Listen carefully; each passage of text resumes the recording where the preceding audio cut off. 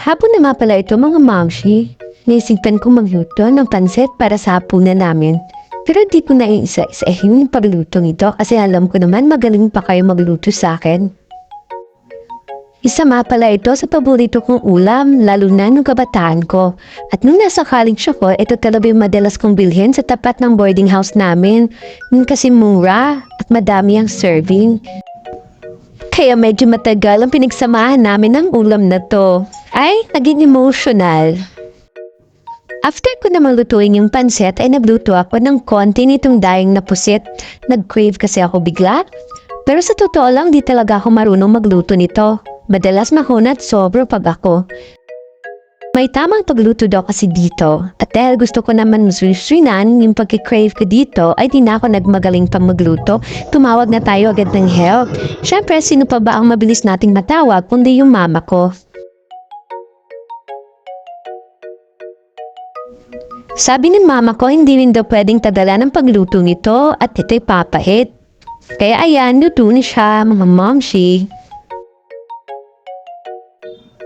Nung matapos na kaming magluto sa kusina, ay pinuntahan ko naman sa sala si Ira.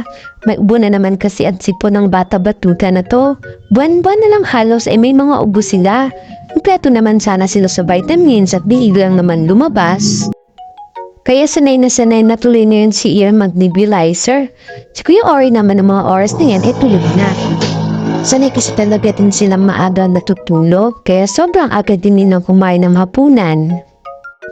Habang nag-aantay na maubos yung gamot sa nebulizer ni Ira, ay nadigpit-ligpit na ako ng ibang mga kalat mga momshi. Sa araw-araw kasi talaga ding maubos-ubos ang gawain. Diskarte na lang talaga nating mga nanay kung paano natin mahahabol ang lahat ng yan. Madalas talaga super late na ako nakakakain kasi inuuna ko talaga sila. Lalong-lalo na pag may ganitong isa sa kanila ay may sakit. Aligaga talaga ako niyan. Nilibang-libang ko na si Ira kasi medyo ningit na siya niyan at gusto niya nang tanggalin yung nebulizer. Kaso hindi pa kasi ubos yung gamot kaya kailangan diskarte na naman natin para malibang mga momshi. Antok na din talaga kasi si Ira dyan kaya ayan hirap na kausap. At nung natapos na, kailangan talaga siya ang mag-off ng switch ng nebulizer. Siya din talaga nag-on kanina.